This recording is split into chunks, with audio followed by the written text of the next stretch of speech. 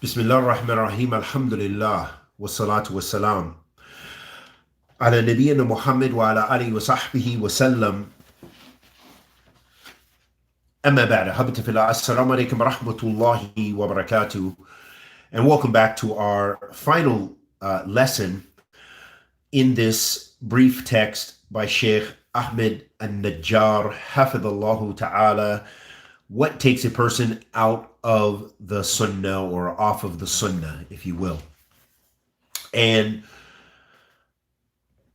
this being the last section of the treatise, we'll begin where the Sheikh, where we left off, which had some of the Sheikh's statements. Wa alaikum salam wa rahmatullahi wa barakatuh, hayyakumullah. And we left off where Sheikh al-Islam ibn Taymiyyah, with a statement of Shaykh al-Islam ibn Taymiyyah in discussing about who an innovator is. You know, who is one who has innovated in the religion of Allah Azza wa Jal. May Allah subhanahu wa ta'ala protect us from bid'ah, protect us from kufr, protect us from shirk, protect us from ma'asiyah and nifaq. Ameen ya Rabbil Alameen. So, the statement of Shaykh al-Islam ibn Taymiyyah also said, when clarifying that the proof must reach an individual before declaring him to be an innovator. This is powerful right here. So here Sheikh Ahmed is talking about this, a very controversial issue, I would say. This is very controversial. Why is this controversial? Meaning that we hear, it seems that there is some ikhtilaf with the scholars of Ahlul Sunnah regarding this issue. And that is what the Sheikh mentioned. He said also, when clarifying that the proof must reach an individual before declaring him to be an innovator. So this is the issue of iqamatul hujjah. So we'll just briefly talk about it so that way we have an idea of what Sheikh Ahmed is talking about here. And this is probably one of the reasons why even this text has some controversy with some Salafi scholars that criticize this book. And this issue of iqamatul hujjah, this refers to establishing the proof on an individual before declaring him to be a mubtadi'ah. And this is a condition of takfir.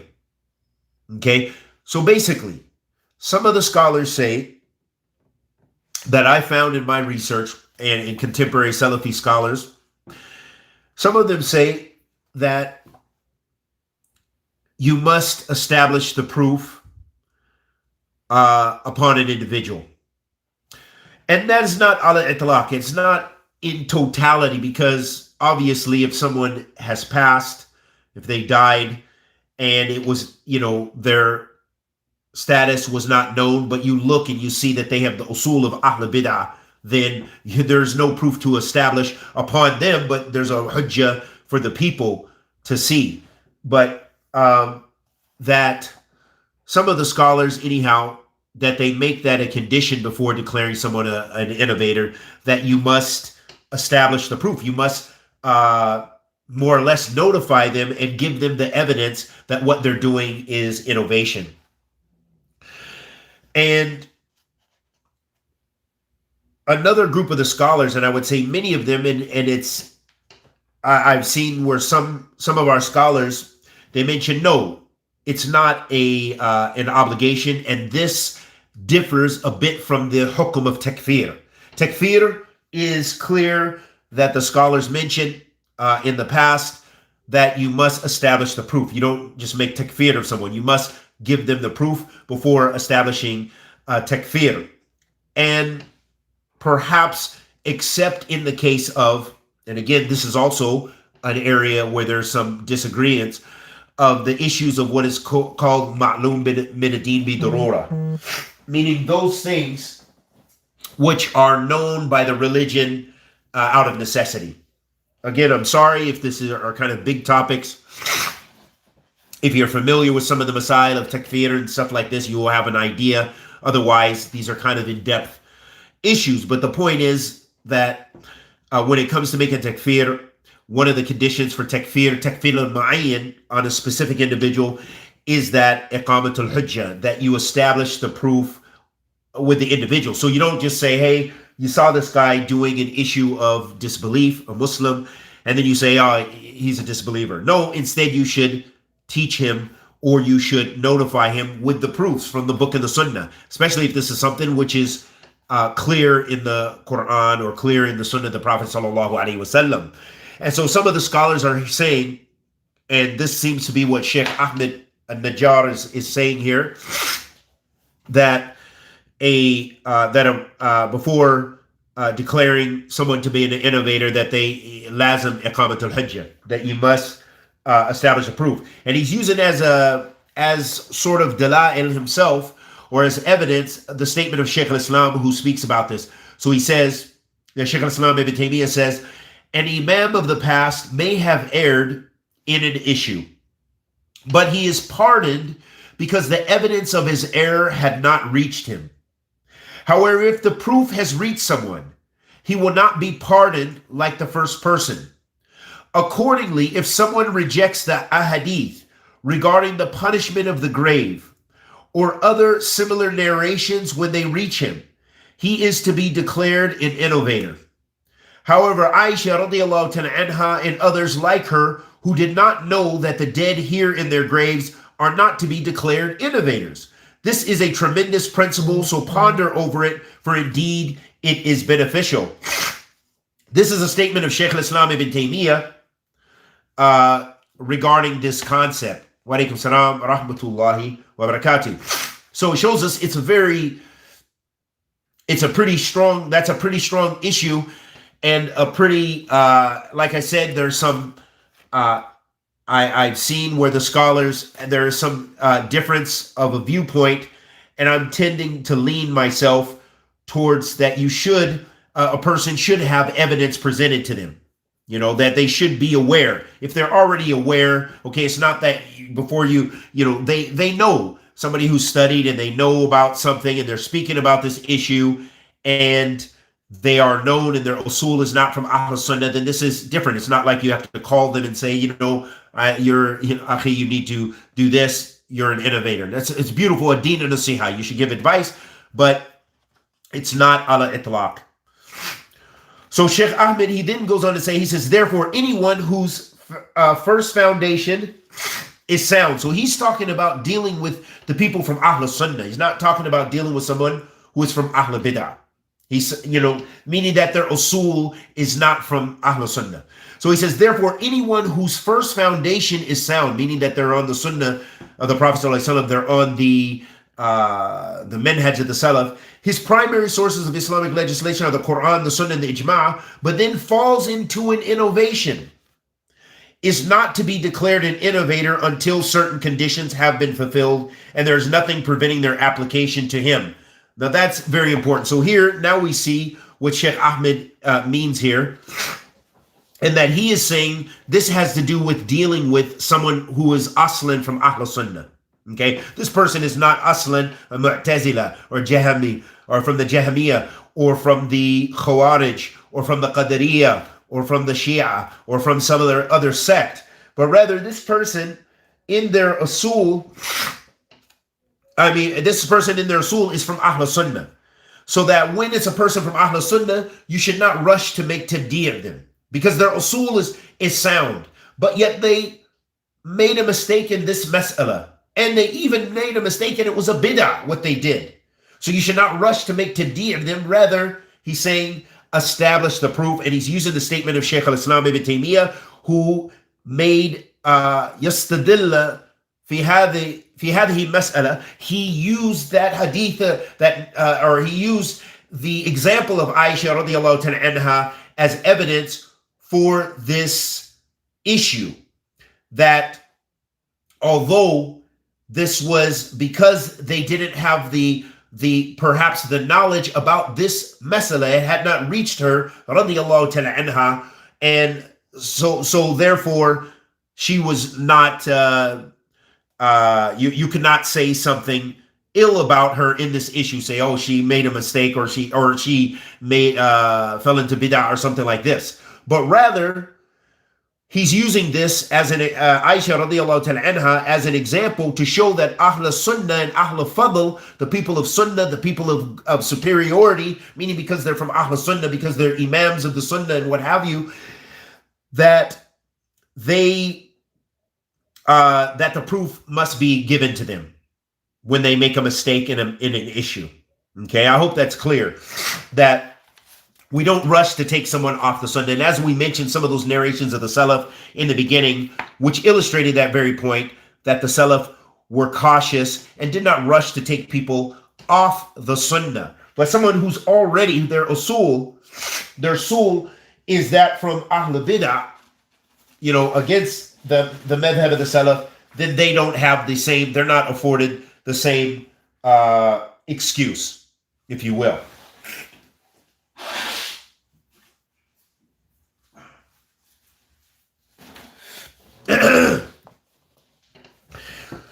Then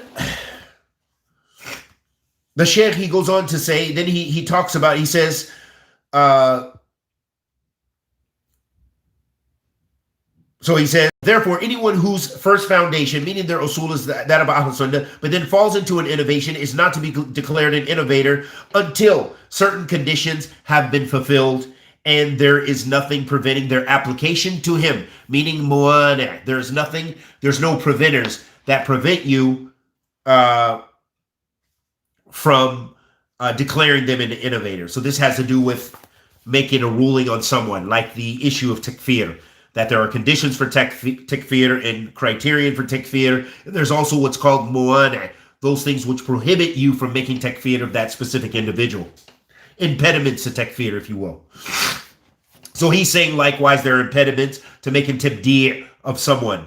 And he's talking about the people from Ahl Sunnah, those people their usul is that of Ahl Sunnah. He goes on to say, however, he whose deficiency is in the first foundation, meaning that their usul is not from Ahl Sunnah, or they have an asl that goes against the usul of Ahl Sunnah, maybe they're a takfiri, okay? But yet they have the correct view in al-asma'i wa sifat and many other issues. But in the issue of takfir, they make takfir of all the Muslim rulers, for example. And they do this, and they're not even tulab al-ilm or anything, or maybe they studied, maybe they cut and pasted fatawa, maybe they read some translations, but they're making takfir of people, okay? Making takfir of all the leaders. When the a'immat sunnah, jibal, mountains, don't have the same position as these children that are scattered around the earth, carving and cutting and pasting. So a person like this, they are deficient in their asl, in their usul, with one asl, and that's the asl of takfir, that they are speaking without knowledge and speaking from their hawa and speaking from their political orientation and making their rulings based upon that, not based upon the book and the Sunnah and the understanding of the Salaf. And they are not ahlan for dhalik. They're also not people who are responsible for that, nor do they have the knowledge to be able to do that.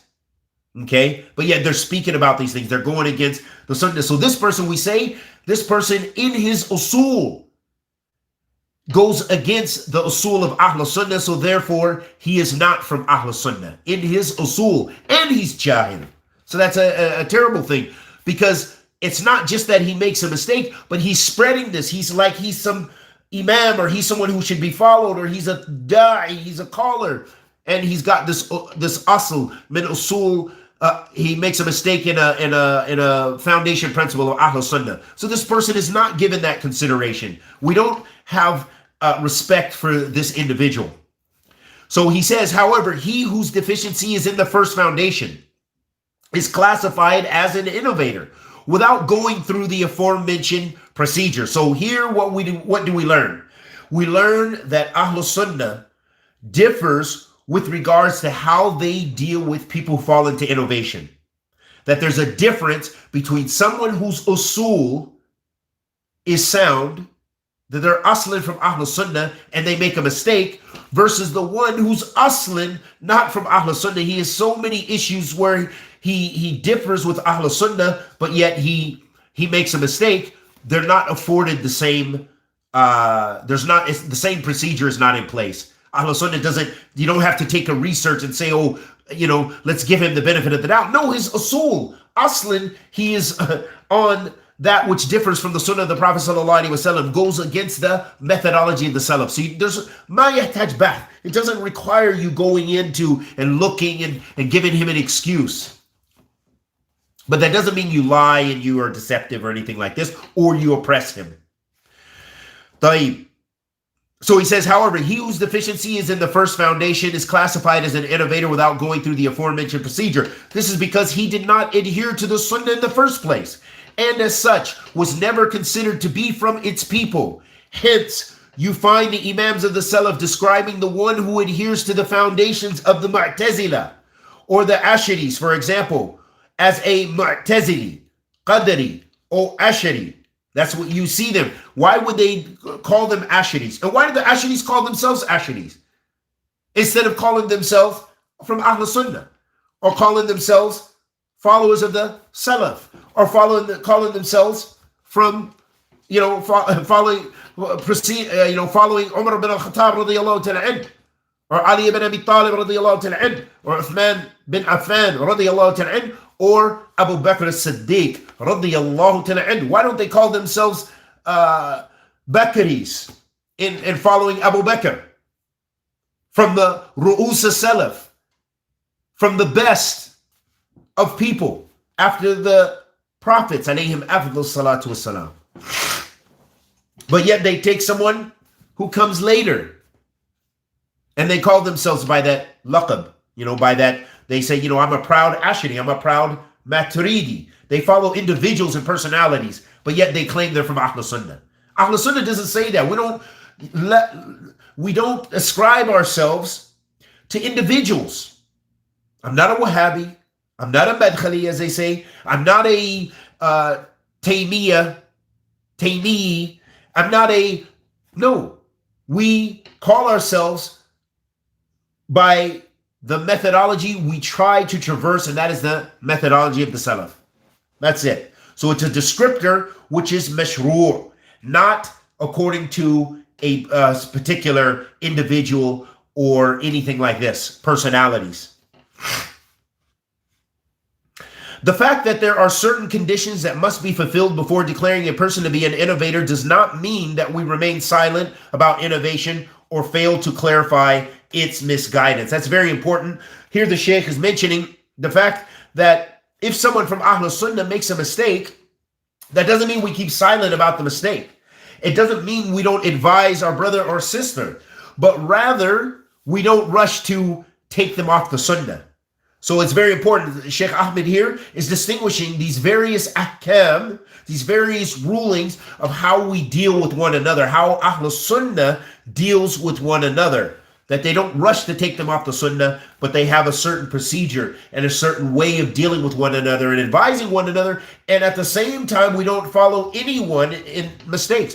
If a great imam, let's say in the mu'asirin of our contemporary imams that have died in the past 20 years, for example, like Imam bin Baz, Imam Al-Albani, Imam Muqbil, Imam bin Uthaymeen, wa a'imma kathira. So many great imams after them and so forth. And before them, how many? We don't say, well, that great imam made a mistake. We don't accept the mistake from the great imam.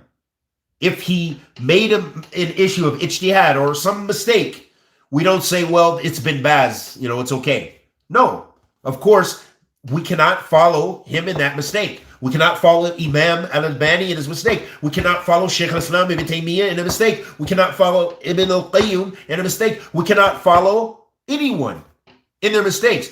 If it's Imam Abu Hanifa, if it's Imam Malik, if it's Imam Shafi'i, if it's Imam Ahmed, and if you are of those people who say they know none of them made mistakes, then we wonder where you take your religion from, because we don't declare those imams or any imams as infallible. That is the religion of the Rafida Shia.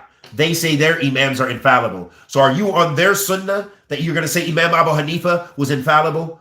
He never made a mistake. He didn't have any ijtihad that yusibu yukhti. A'udhu billah min dhalik. So this is the shamefulness that has come into, that the people have brought into, tried to bring into their deen. Wallahu musta'an. So he says the fact that there are certain conditions that must be fulfilled before declaring a person to be an innovator does not mean that we remain silent about innovation or fail to clarify its misguidance. Innovation is rejected without restriction, and people are to be warned from it without looking at the one who says it or his status. No matter what the status of the great Imam, still, if it's a mistake, it's a mistake. And we don't follow that mistake. And that mistake needs to be warned against, especially if it's something that's widespread amongst the people. But something I want to mention, because our gathering here, that we have to also remember who we are. I don't know who's listening, but we could probably safely say none of us are scholars, okay? And none of us, so we don't have that high manzil, that high status to where we should be talking about great imams and saying, oh, yeah, Fawzan, he made a mistake here. Oh, yeah, the Bin Baz made a mistake there. Because most of the mistakes of the great a'imma like this, they will be pointed out by other a'imma, other imams. Why? Because they know the details. These imams aren't going to make a big mistake in some glaring issue of something which is well known for the most part. Okay, they're not going to make those glaring mistakes where the awam, the general Muslim, is going to notice and know that mistake and then begin speaking about the imam or saying the imam made this mistake. So you don't follow him in that masala. No, you're going to take that from someone who has knowledge of the religion, who looks at those masala and says, oh, the sheikh made a mistake here, or I disagree with the sheikh here, or what have you. Or, it goes, Allah subhanahu wa ta'ala says here, and the sheikh said this, it's not muwafiq, ghayr muwafiq with what the Quran says. It isn't in agreement with the Quran or something like this. Or the stronger view is this. That's going to be for someone of ijtihad, or someone who has manzilin and ilm to be able to look at those masail. And as going back to that principle, hukm ala shay far'in ala tasawwurihi. A part of ruling on something is that you have a good image of that issue you're going to talk about. For example, hukm ala shay far'in ala tasawwurihi. For example, this is related to our lesson. So what we found in the past is many of the youth and some of the brothers, unfortunately, would rush to some of the scholars in order to talk about an individual in a faraway land, in their land. For example, brothers in America will rush to one of the sheikhs, have a sitting with him, a private sitting perhaps, and say, Sheikh, we have a guy in our society. In our society, in our city in New Jersey, in Newark, New Jersey, or whatever, or in LA. And this guy, he has such and such sifat, he has such and such characteristics. So the sheikh makes a hukum based on what they describe. So a lot of times what we found in the past is many brothers and many individuals have abused that and gave an incorrect tasawwur, gave an incorrect image of what was really going on. They only gave one side of the problem, or their image, or they made it they made the view and made it out to be something it really wasn't, about an individual, in order to destroy that imam, or destroy that da'i, or destroy this individual, or destroy that individual. So that goes back to the principle, hukm ala shay far'in ala tasawwurihi. A part of making a ruling on on something is that you have a correct picture of that issue. Okay, if someone says to a sheikh, another example, he says, Sheikh, we have this device in our country, and the people use it for haram. They use it to chat with women. The single men use it to chat with women or something. So then the sheikh, his tasawwur is only negative. He thinks, oh, it's like that? Oh, haram, that's haram. So then they rush and they say, we told you, iPhones are haram. Okay? And that's because it was a wrong tasawwur. They gave a particular image that the only thing you can use that device for is haram. This is what they presented to the sheikh. The sheikh then makes a hukum, then they got what they want. Okay, so this is a very dangerous practice to play with these things. And that's why when you're trying to get a fatwa from Ahl al-Ilm and even a person of knowledge, when they're speaking about an issue, they should have a good tasawwur. They should have a complete picture of what they're talking about, not just a part of the view. And especially when you're making a ruling on someone or something, you want to have a complete tasawwur. You know, you want to have a good, complete picture of what you are about to make a ruling on. And so this is very, very serious. Tayyib.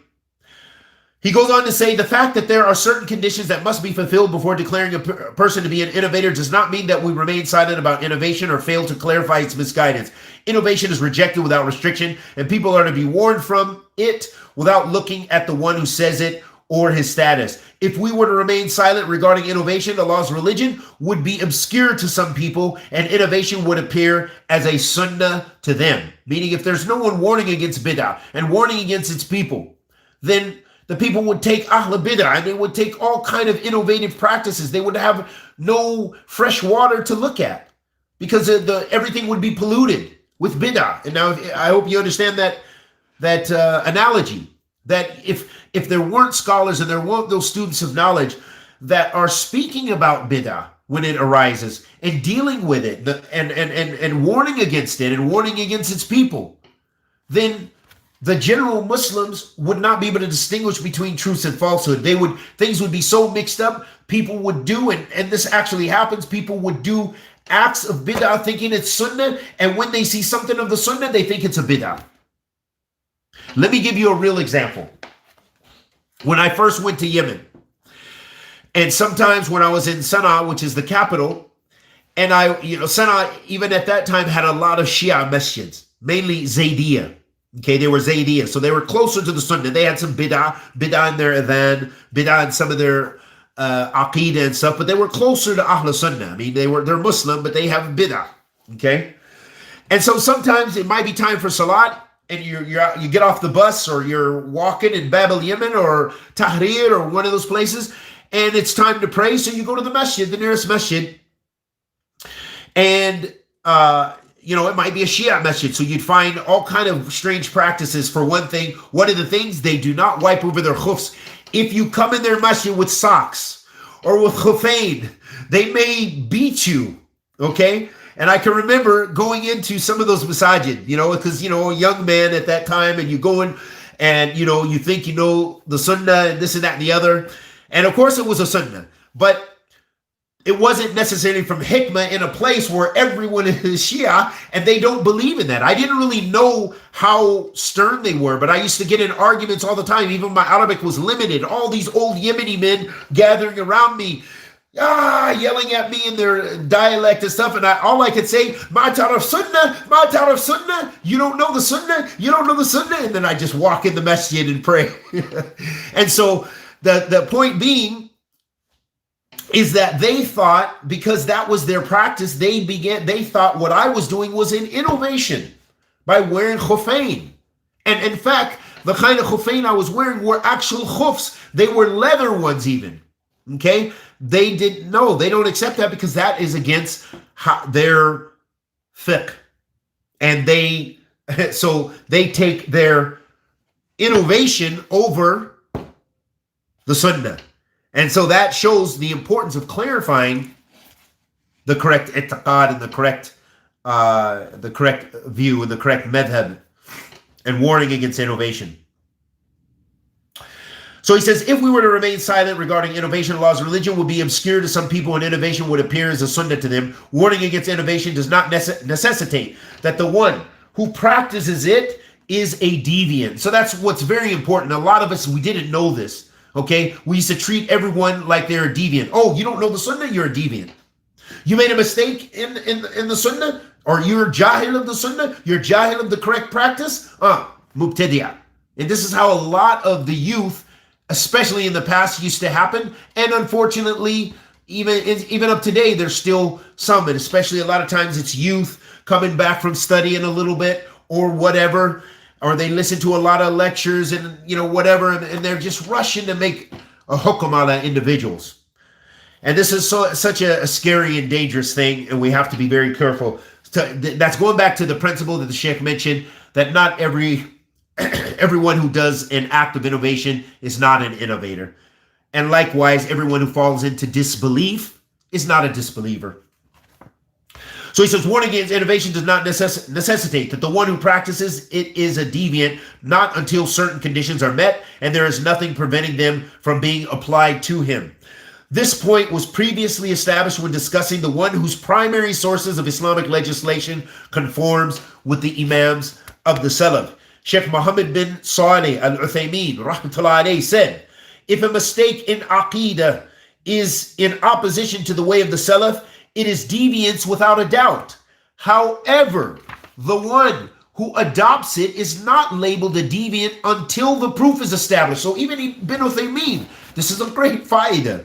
Even Ibn Uthaymeen is saying that the lazim iqamat al-hujjah, you need to establish the proof. Don't just take somebody off the sunnah, even if you saw him doing a bid'ah. For example, if you go to a Tablighi masjid, okay? Matter of fact, the masjid I just prayed in Maghrib, okay? I prayed in, it's Deobandi. The Imam knows me and I know the Imam. We have our respect. He's my Muslim brother. I give him salams. He gives me salams. He would never let me talk there, but we have our way of dealing with each other. Okay. I don't say everyone behind him is a mubtadi'ah, or even would I run around and say he's a mubtadi'ah or something like this. No.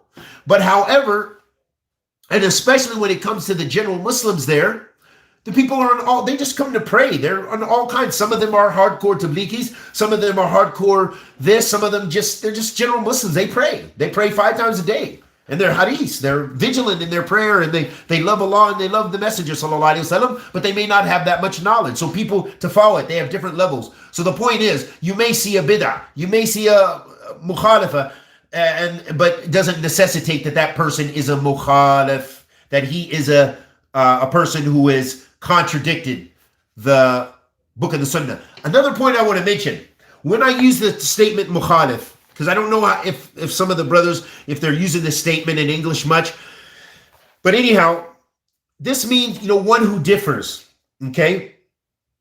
When we're talking about a mukhalif, the mukhalif sahih, this is the mukhalif that differs with the book in the Sunnah. Not the mukhalif is not the one who differs with you.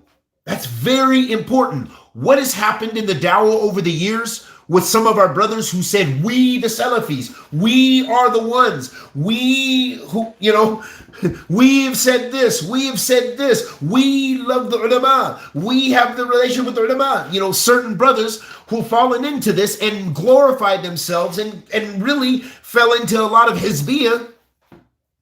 They made the mukhalif the one who differs with them. They didn't use the sunnah as the mizan. The sunnah is the scale.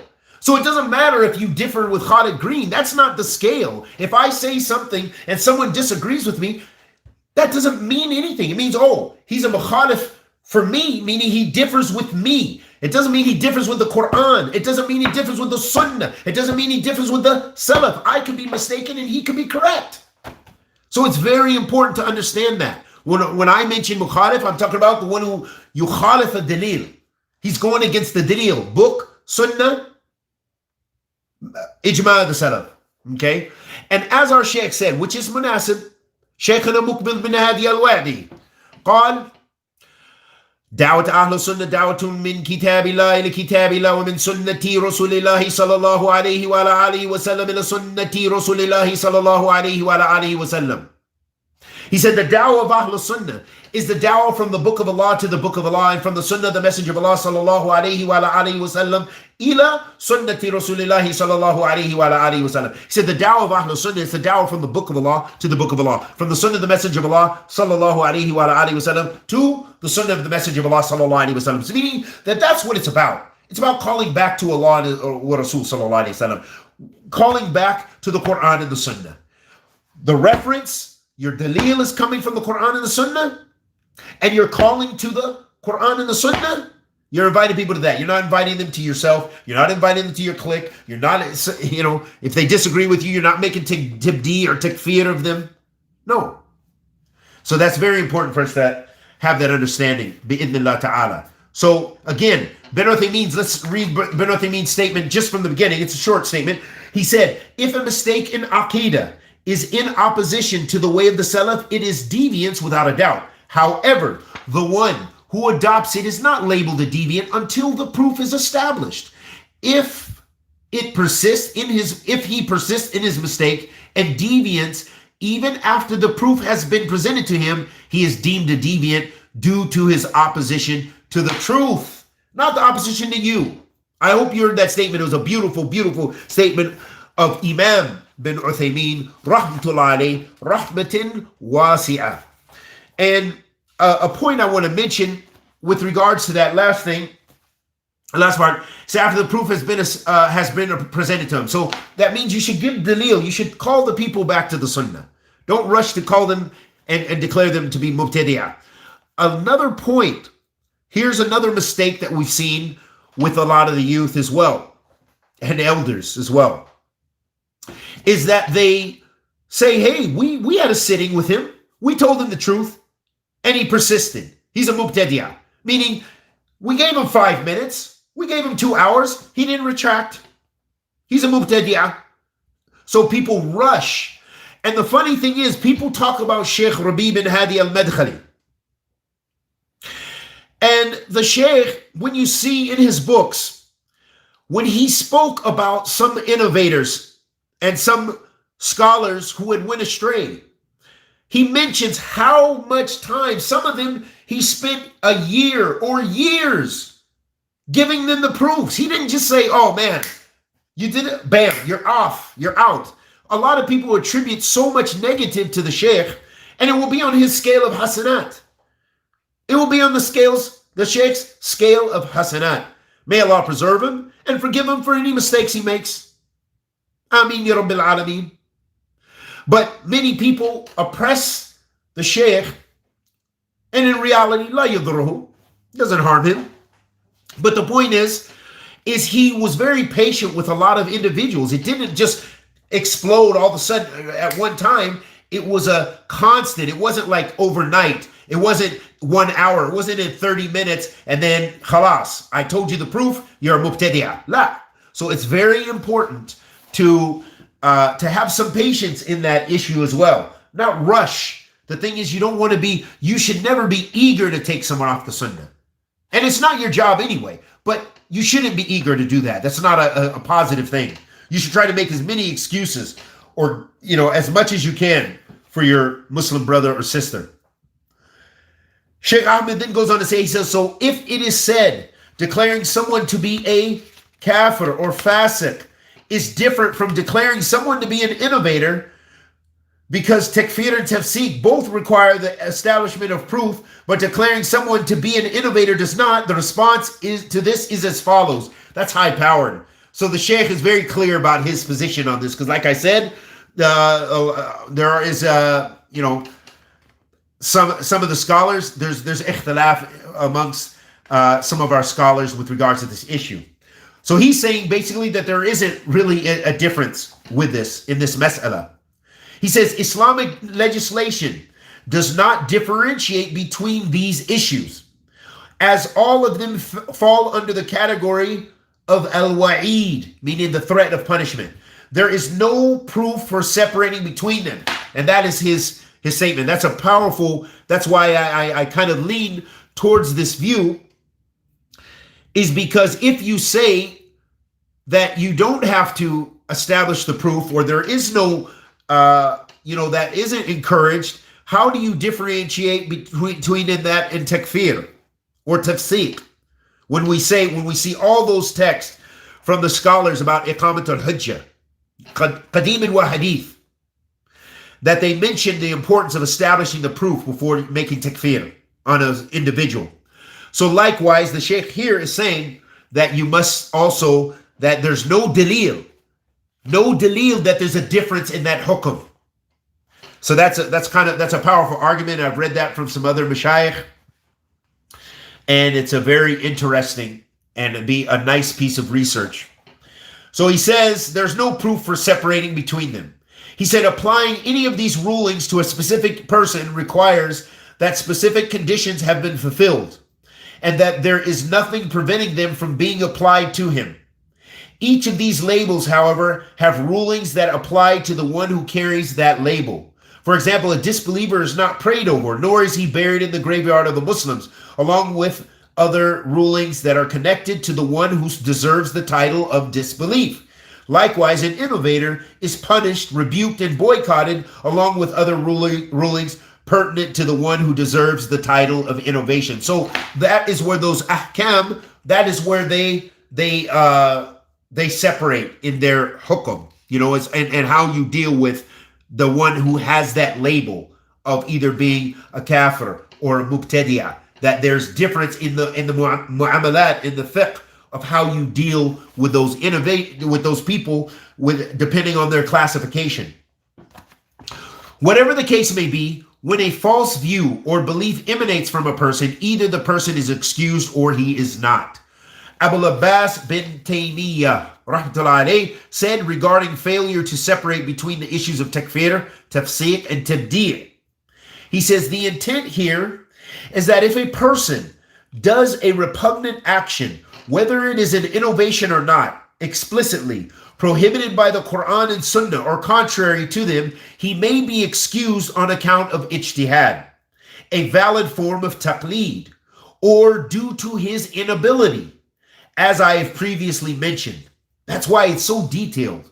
If you don't have these duwabit and you don't understand these messiah like that, why are we speaking about it? He then goes on to say, indeed, revealed text that comprise the threat of punishment for an evildoer, as well as the statements of the imams regarding takfir and tafsiq, do not necessarily apply to a specific person unless certain conditions have been met, and there is nothing preventing them from being applied to him. In such a case, there is no difference between usul and subsidiary issues as it relates to the punishment of the hereafter. The one who warrants a threat, which includes the punishment of Allah, his curse, his anger in the next life, condemnation to the fire internally or temporarily, or being labeled with disbelief or fisk, is included in this rule. Whether that is due to an innovation in creed or worship or due to immoral behavior. SubhanAllah. The same applies to the rulings of the dunya. They are not to be applied unless certain conditions have been fulfilled, and there's nothing preventing them from being applied. Jihad against the disbelievers, for example, must be preceded by the invitation to Islam, because punishment is only for those who have received the message but reject it. Likewise, the punishment of immoral people is not carried out until the proof has been established. Pretty strong stuff from Shaykh al-Islam Ibn Taymiyyah in his Majmu' al-Fatawa. In sum, so then the Shaykh, he's making a summary here of what he just said. He said, or what Shaykh al-Islam Ibn Taymiyyah said. He said, a person could possibly be blameless and not declared to be an innovator due to the absence of a condition or presence of a preventive factor, meaning mu'ana. Even if his action or belief is reprehensible, an individual is only blameworthy if the truth has become clear to him and he refuses, he displays negligence in his pursuit of it, or when he turns away from it due to his whims and desires or something similar. This is based on the answer to the following question. Is a person held responsible for the dictates of a ruling before he becomes aware of it? The strongest opinion is that a person is not responsible for implementing the commands and abstaining from the prohibitions of Allah unless the proof has been established. This is due to Allah's saying that I may warn you thereby and whomever it reaches. And his saying, وَمَا كُنَّا مُعَذِّبِينَ حَتَّى نَبْعَثَ رَسُولًا, and never would we punish until we sent a messenger. And his saying, and so that mankind will have no argument against Allah after the messengers.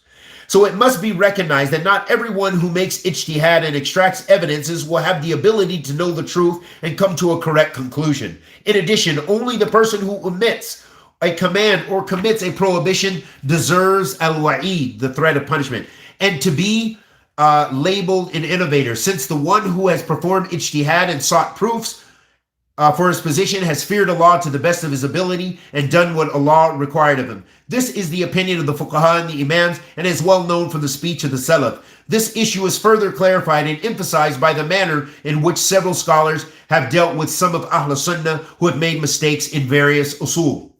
One example is Ibn Khuzayma's mistake regarding the issue of the image, asur. Imam Ahmed said, whoever says that Allah created Adam in the image of Adam is a Jahmi.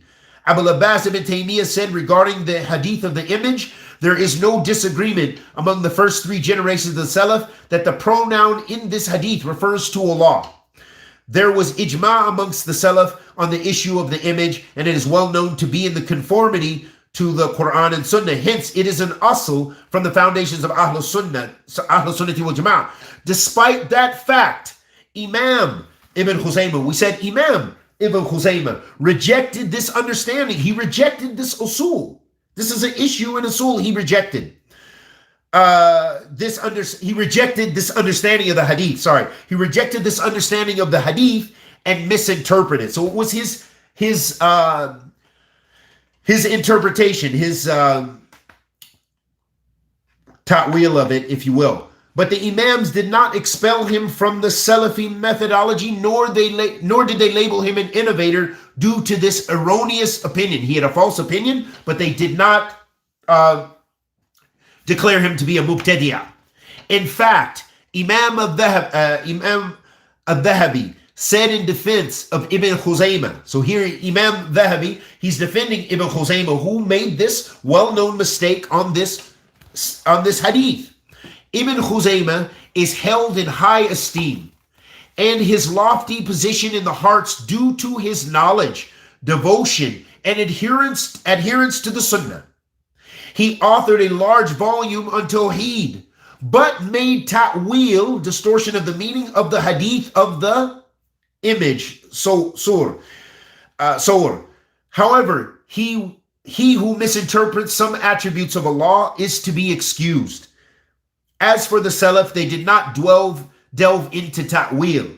If we were to abandon everyone who made a mistake while exercising ijtihad and label him an innovator, even though he possesses sound faith and is attempting to follow the truth, few of the imams would be safe. This is what Imam Dhahabi said, meaning that so many imams of Ahl Sunnah had mistakes. They made mistakes in even sometimes in Aqidah, but no one dared declare him an innovator, even though he made a mistake maybe in Al-Asma'i wa Sifat. If it was something due to ta'wil, to misinterpretation. And so it's very important to have some idea about these dawabit and not rush. That's the shahid of this text, of what we can learn, you and I can practice. It's not rushing to take someone off the Sunnah when their usul is known to be from Ahl Sunnah. The aforementioned is further emphasized by a quote Imam Ibn Taymiyyah cited concerning Abu Hassan Muhammad ibn Abdul Malik al-Kharji al-Shafi'i.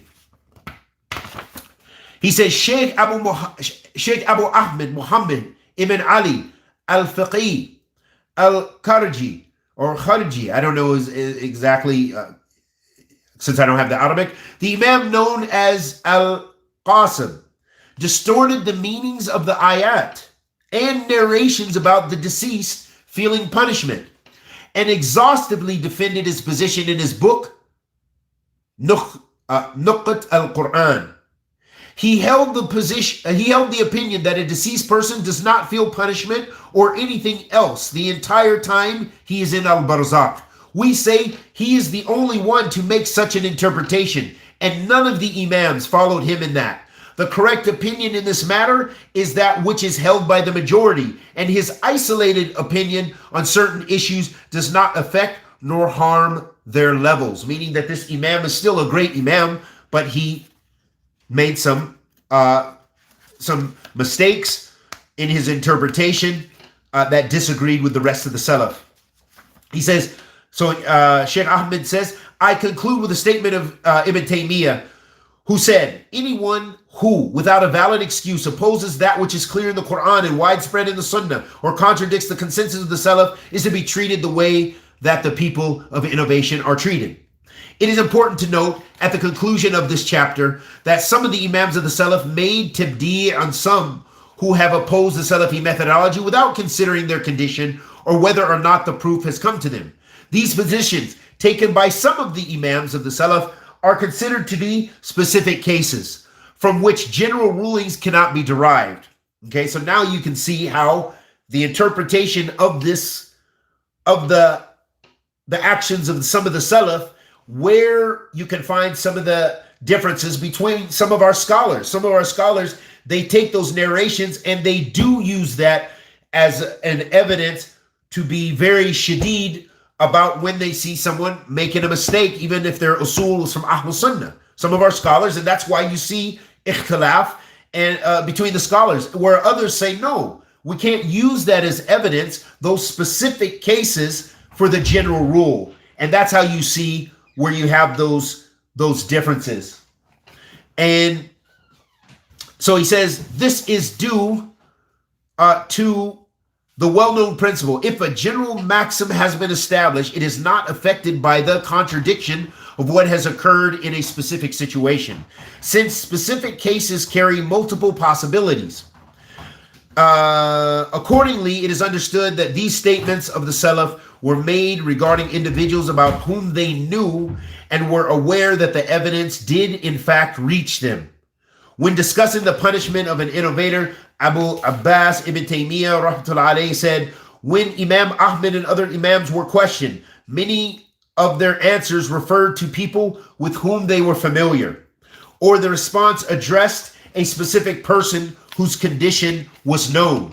This is directly in line with the specific circumstantial incidents that occurred during the lifetime of the Prophet ﷺ. Therefore, the same ruling is only applied to identical situations. So you can see that these issues have some intricacies to them.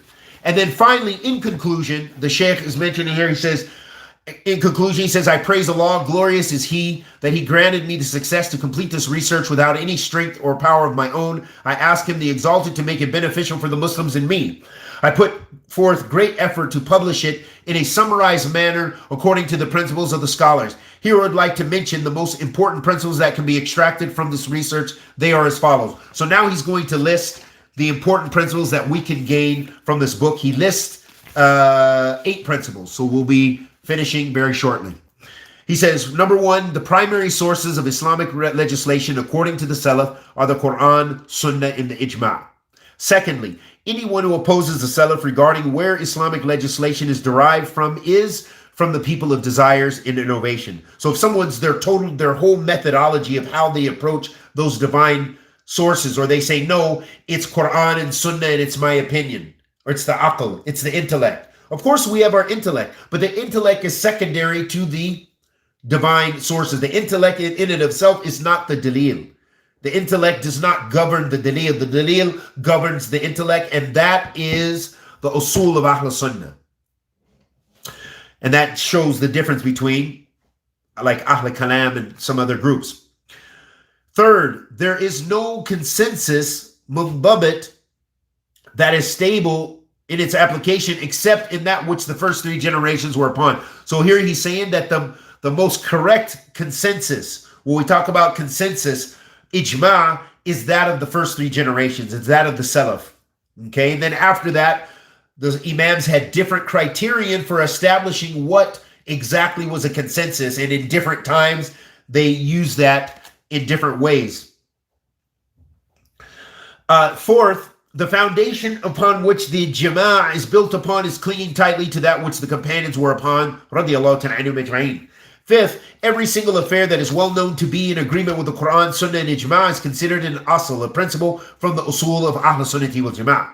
Sixth, opposition to a principle from the usul of Ahl Sunnati wal Jama'ah is an innovation.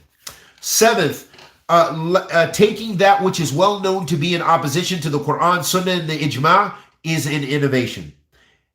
And eighth, the ruling of labeling someone an innovator could change when applied on a specific person if the conditions for declaring him an innovator have not been met, or there is something that prevents these conditions from being applied to him. We ask Allah subhanahu wa ta'ala, the Almighty, to accept our good and forgive our evil. And may Allah tabarak wa ta'ala bless us to benefit from our reading and perusal of this treatise. Anything I said that was correct was from Allah subhanahu wa ta'ala. Anything I said that was incorrect was from myself and the shaitan. And may Allah subhanahu wa ta'ala help us to correct our deeds and to have the sawab. Wa sallallahu wa sallam ala nabiyyina Muhammad wa ala alihi wa sahbihi wa sallam.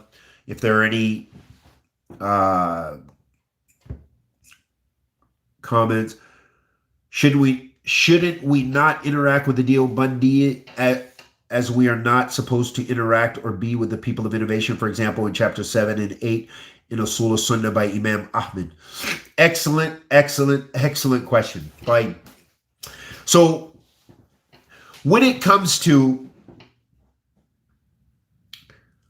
interacting with the people of innovation, okay, there's no doubt there is what you might say dawabit. There's criterion for that. For example, depends on what you're talking about as far as interacting.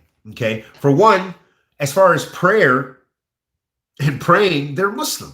Of course, you can pray behind someone, even if he's an innovator. Even if he's an innovator, as long as he doesn't have bid'ah mukaffara, bid'ah that takes him out of the fold of Islam. If he is someone who believes in worshiping the graves or some other practice which it denotes disbelief, then it's not permissible to pray behind him. Okay, so that's number one. When it comes to interact, you need to distinguish what you mean by interaction. Okay, so then there's the issue if you're talking about individuals. Okay, so one, it takes tathabut, it takes affirming, is that person an innovator? Is that person an innovator? Or, are you declaring all the people in that masjid, if it's a Deobandi masjid, and then now you're making a hukum on everybody there? Some people just come to pray. They may not have that. It may be majority, maybe the administration, maybe the sheikh that's in charge, the mufti, or the imam is Deobandi. He might have clear mukhalafat. That doesn't prohibit you from giving him salams. He's your Muslim brother. Or, whatever, dealing with him, he's a Muslim. Okay. However, when it comes to taking knowledge from him, and when it comes to other things, if you do not have the tools, for example, when it comes to the issue of hajr, because all those ahkam that you're getting in Sharh Sunnah, Imam Barbahari, Usul Sunnah, Imam Ahmed, all those books of the Salaf, okay, those are all sound usul.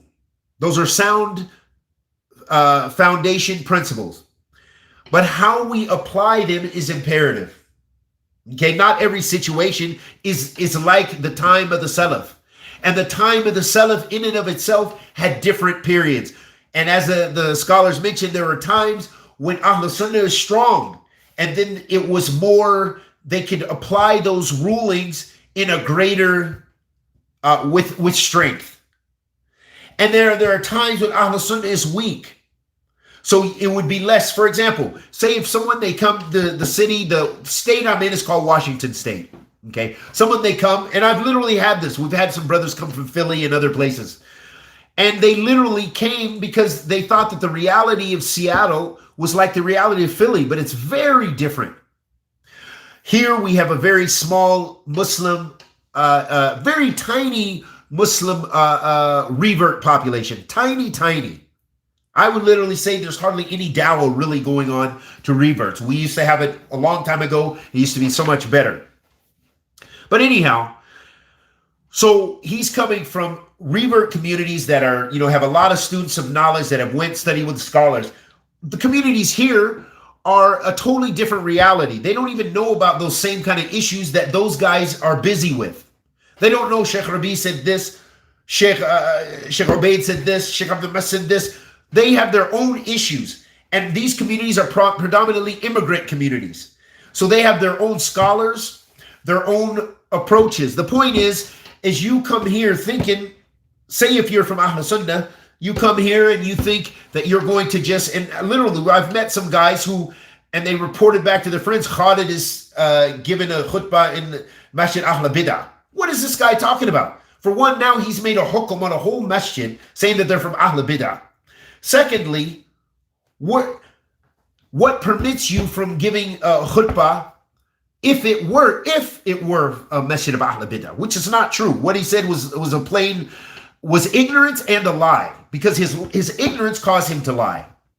Okay, so the point is anyhow, when we apply those masail like hajr, boycotting people and not giving people salams, there is a maqsad, there's an intent behind those ahkam.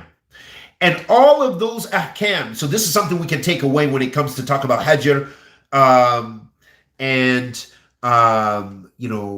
some of the many other masail that dealing with Ahl Bidah or what have you.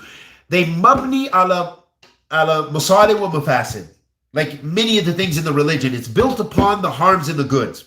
For example, by you cutting people off, say if you went to, say for example, the masjid I went to for Maghrib, okay, the admin, they're Deobandis and they're strong Tabligis. Most of the Deobandis are pretty strong with Jamaat Tabligh, that's their thing.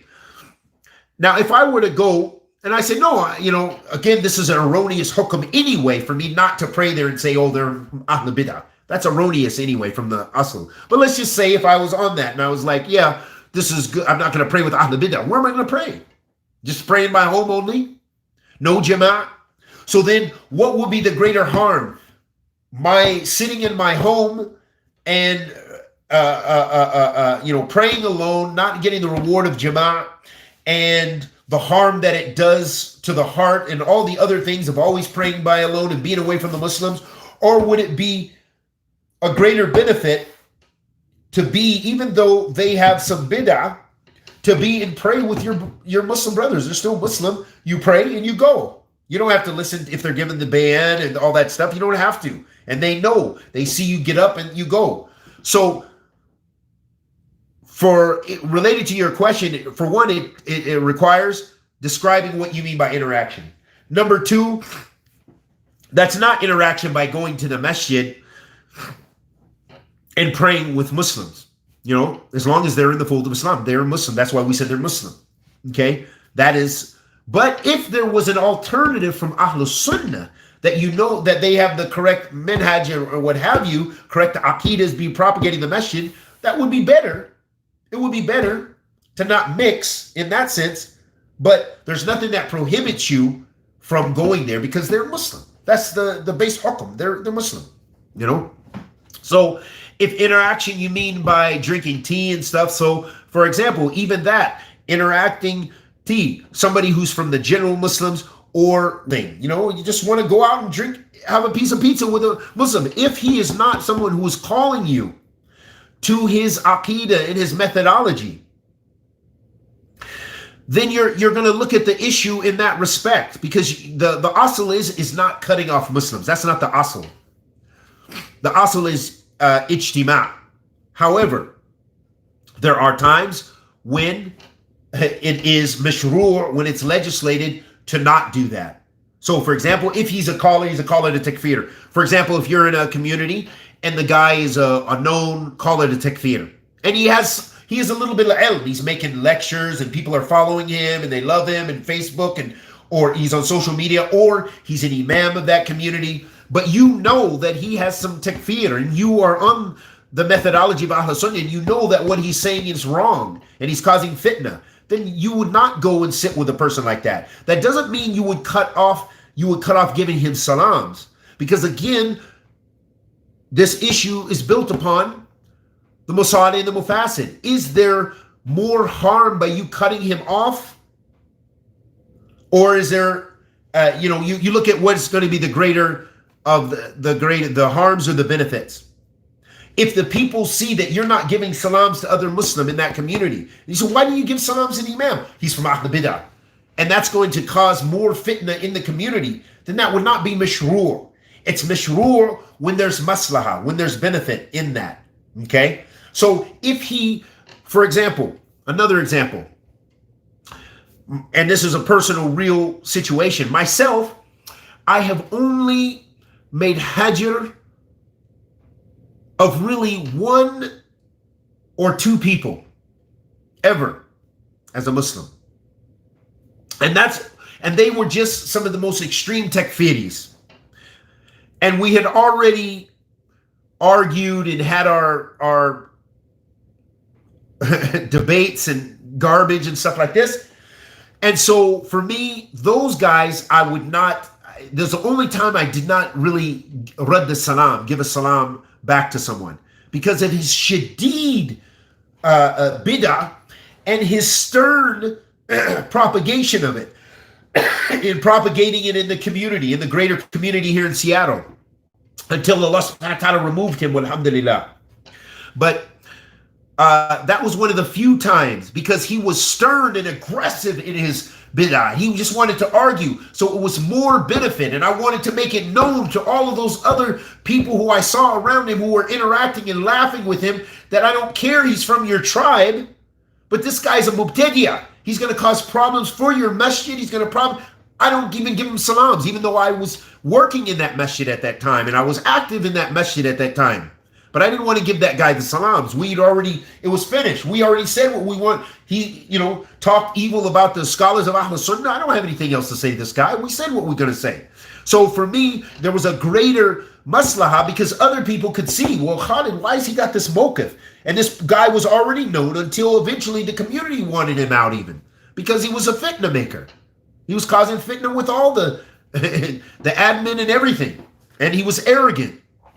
So this, again, there has to be maslaha, either a personal maslaha or a maslaha which is greater for the community. So some of the ways that hajr is mashru', for example, or instead of example, we'll say it's mashru' if, for example, it's going to change the behavior of the person you're cutting off.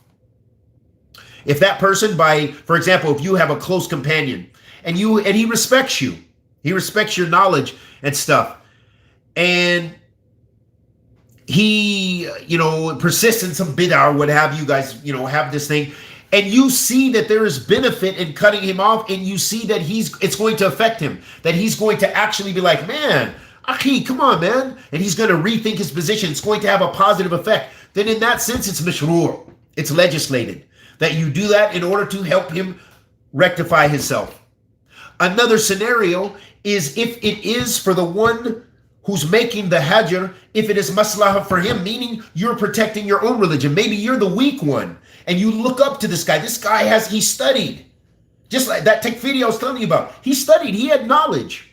He was not a jahil in that sense. He was just takfeeree. Okay, he had his influences, but he was half of the Quran, half of the whatever in the Sunnah.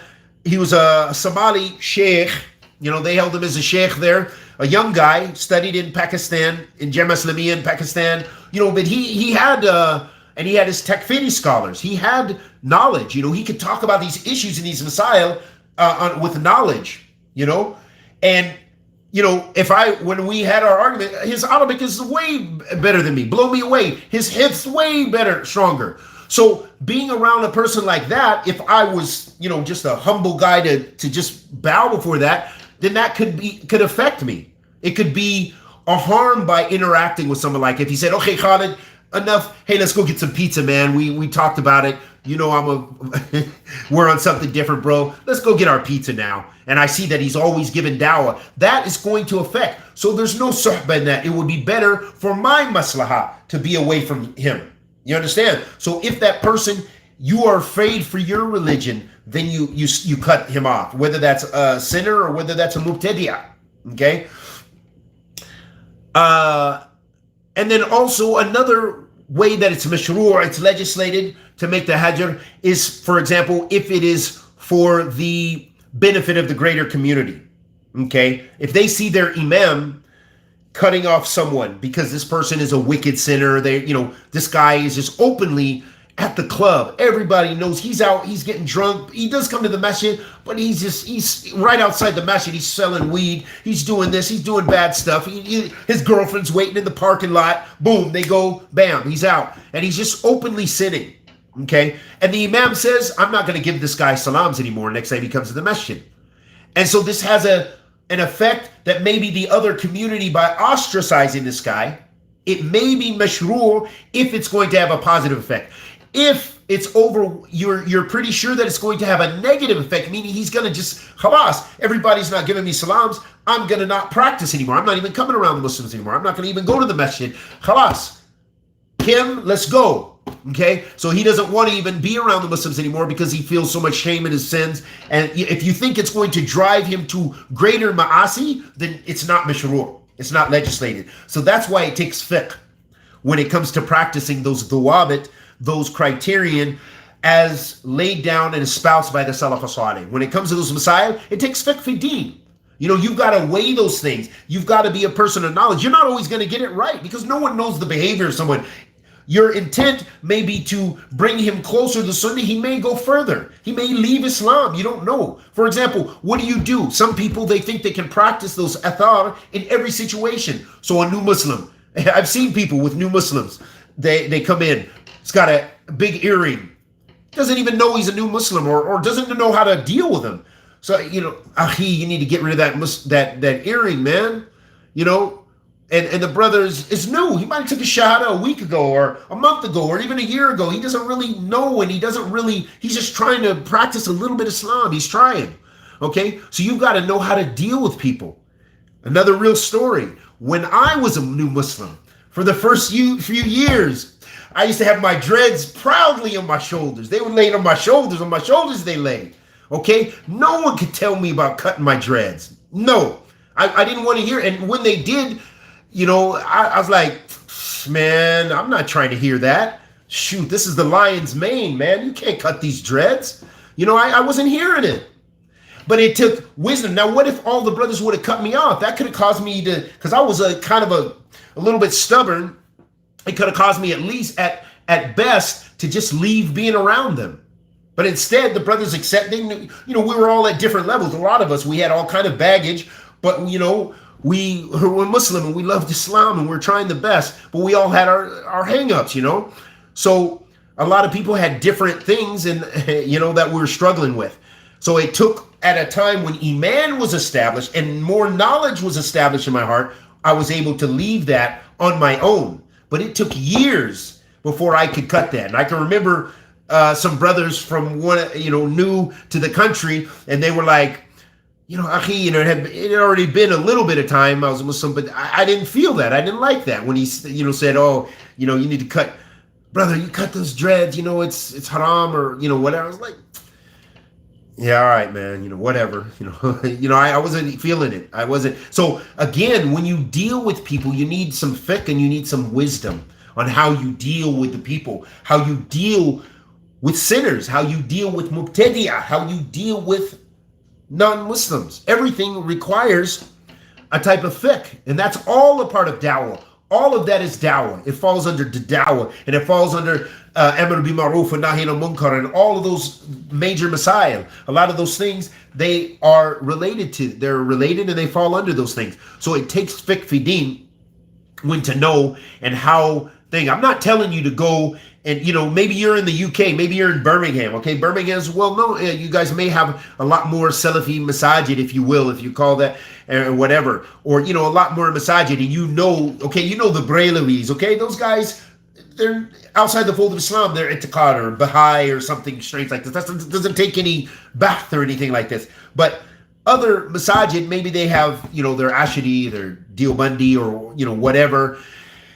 But, you know, they're Muslim. They pray and they're Muslim, and their aqidah is not outside the fold of Islam. You deal with them, and you shouldn't deal with the people all with hostility. And this is why, you know, you deal with the people in accordance with their mukhalafa and with accordance to the scenario that you're in. If you are strong in numbers, Ahl Sunnah, you have a stronger presence and a stronger way of dealing with people who differ. That doesn't mean you had to create enmity and hatred to them and that you don't give salams to people, you know? Because again, it should be maslahah. If there's no benefit in not giving salams, give salams. He's still Muslim. But I heard there's another real serious thing. Brother came back from Yemen. He studied in Yemen like 1 or 2 years. Like he really knew. Maybe he knew some Arabic after that. I don't know what you learned in 1 or 2 years. Comes back. And when he got, they told me when he got in Birmingham, I believe it was, or somewhere in London, the brother was driving with him in the car, and there were some tabligis, and he yelled out out the window, you know, yeah, flipping tabligis or something crazy stupid like this. What kind of dawah is that? Where do you get that from? And what is that? That has nothing to do with the minhaj of the Salaf wala hikmah, wala da'wah, wala amr bil ma'ruf, wa nahy anil munkar, wala anything. That has to do with foolishness and your lack of ilm and jahil. So it's very important to know how to deal with one another. We ask Allah subhanahu wa ta'ala the Almighty to accept our good and forgive our evil. Wa sallallahu wa sallam ala nabiyyina Muhammad wa ala alihi wa sahbihi. Okay, I see another pretty deep question. Does this also apply to calling one a munafiq? Yeah, that's very serious. Do not call someone a munafiq. Okay? Like the issue of takfir, it's very serious. You can't. Munafiq means that inside they don't believe. You're not going to know that. You don't know. Even if you see him drinking and this, and then he's giving the khutbah tomorrow. That doesn't mean he's a munafiq. It means he has some hypocrisy. He has some he's a sinner and this and that and the other. It doesn't mean he doesn't believe. You don't call someone a munafiq, as the Prophet ﷺ mentioned. When you say ya kafir, ya munafiq. No, because that deals with his hukum sara'ir. That's his internal belief. You don't know what someone believes inside their heart. You don't know that. We judge on the outward, and there's nothing on the outward that you're going to call somebody a munafiq and just, that's as serious. That's like to call them a munafiq. If you say, subhanAllah, that is from nifaq, or there's something, there's a description of that someone is doing, you hear so-and-so, he always lies. That's from nifaq. You would say, that is a trait of hypocrisy, but you don't make that judgment on that individual for as a munafiq. That, I don't know any precedents for that. That's a very serious matter. And the Prophet ﷺ warned against that, because that you can't know. And that's why even making takfir, you don't just make takfir like that. It's as we said, there's conditions for that. So it's very serious. And Allah subhanahu wa ta'ala knows best. Wa sallallahu wa sallam ala nabiyyina Muhammad.